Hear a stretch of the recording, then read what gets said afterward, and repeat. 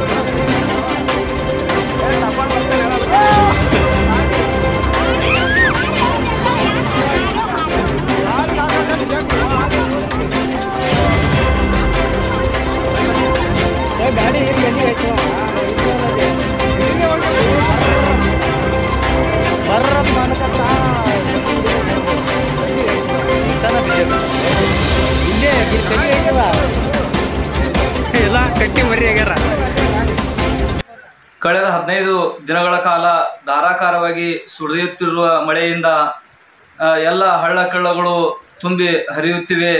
ಅದರಲ್ಲಿ ನಮ್ಮ ಗ್ರಾಮದ ಮೇಲೆ ಹಾದು ಹೋಗುತ್ತಿರತಕ್ಕಂತ ದೊಡ್ಡ ಹಳ್ಳ ಅಂದ್ರೆ ಬೋರಿ ಹಳ್ಳ। ಈ ಬೋರಿ ಹಳ್ಳಕ್ಕ ಭಯಂಕರ ನೀರ ಹರಿತಾ ಇದೆ।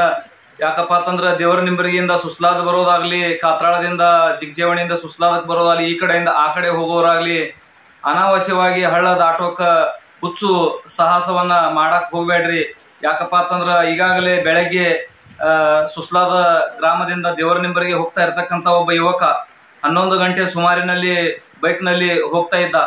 ಆತ ತನ್ನ ನಿಯಂತ್ರಣವನ್ನ ತಪ್ಪಿ ನೀರಿನಲ್ಲಿ ಹರಿದು ಹೋಗ್ತಾ ಇದ್ದ ಸಮಯದಲ್ಲಿ ಸುಸ್ಲಾದ ಗ್ರಾಮದ ಯುವಕರು ಸೇರಿ ಆತನನ್ನ ದಡಕ್ಕೆ ಸೇರಿಸಿದ್ದಾರೆ। ಯಾಕಪ್ಪ ಅಂತಂದ್ರೆ ಯಾರೂ ಸಹಿತ ಇಂಥ ಸಮಯದಲ್ಲಿ ಹಳ್ಳಕ್ಕೆ ಧುಮುಕಿ ಅವರನ್ನ ಹೊರತರಲು ಯಾರೋ ಪ್ರಯತ್ನ ಮಾಡ್ಲಕ್ ಕಠಿಣ ಅದ। ಯಾಕಪ್ಪ ಅಂತಂದ್ರ ಈಗ ಕಳೆದ ಒಂದು 5-6 ದಿವಸದ ಹಿಂದೆ ಅಷ್ಟೇ ಕರಸಗಿಯಿಂದ ಒಬ್ಬ ಅಕ್ಕಲಕೋಟೆ ಅನ್ನೋ ಒಬ್ಬ ಹಿರಿಯ ವ್ಯಕ್ತಿ ಬುರ್ಗಿ ನದಿಯಲ್ಲಿ ಹರಿದುಕೊಂಡು ಜೀವನ ಕಳೆದುಕೊಂಡಿದ್ದಾರೆ।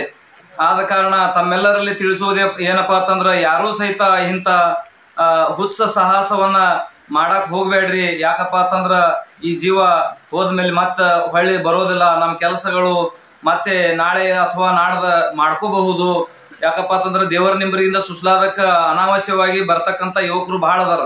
ತಮ್ಮಲ್ಲಿ ಕೇಳೋದು ಇಷ್ಟೇ, ಯಾಕಪ್ಪ ಅಂತಂದ್ರ ನೀವು ಬರ್ರಿ, ಅವಶ್ಯ ಹೋರಿ, ಅದೇನು ವಿಷಯ ಇಲ್ಲ। ಯಾಕಪ್ಪ ಅಂತಂದ್ರ ನೀವು ಇಂಥ ಹಳ್ಳ ಕೊಳ್ಳ ಬಂದ ಹೊತ್ನಾಗ್ರೆ ಒಂದ್ ಸ್ವಲ್ಪ ನೀವು ಸಾವಧಾನ ಇರ್ರಿ ಅಂತ ನಾನು ತಮ್ಮಲ್ಲಿ ಮತ್ತೊಮ್ಮೆ ಕೇಳಿಕೊಳ್ಳುತ್ತೇನೆ। ಸುಸ್ಲಾದ ಗ್ರಾಮದ ಎಲ್ಲರಲ್ಲಿಯೂ ಕೂಡ ಸಹ ನೀರ ಎಷ್ಟ್ ಅದಾವ ಅದನ್ನ ನೋಡ್ಕೊಂಡು ಮಾಡ್ಕೊಂಡೇ ಆಯ್ರಿ ಅಂತ ತಮ್ಮಲ್ಲಿ ಕಳಕಳಿಯಿಂದ ನಾನು ಕೇಳಿಕೊಳ್ಳುತ್ತೇನೆ।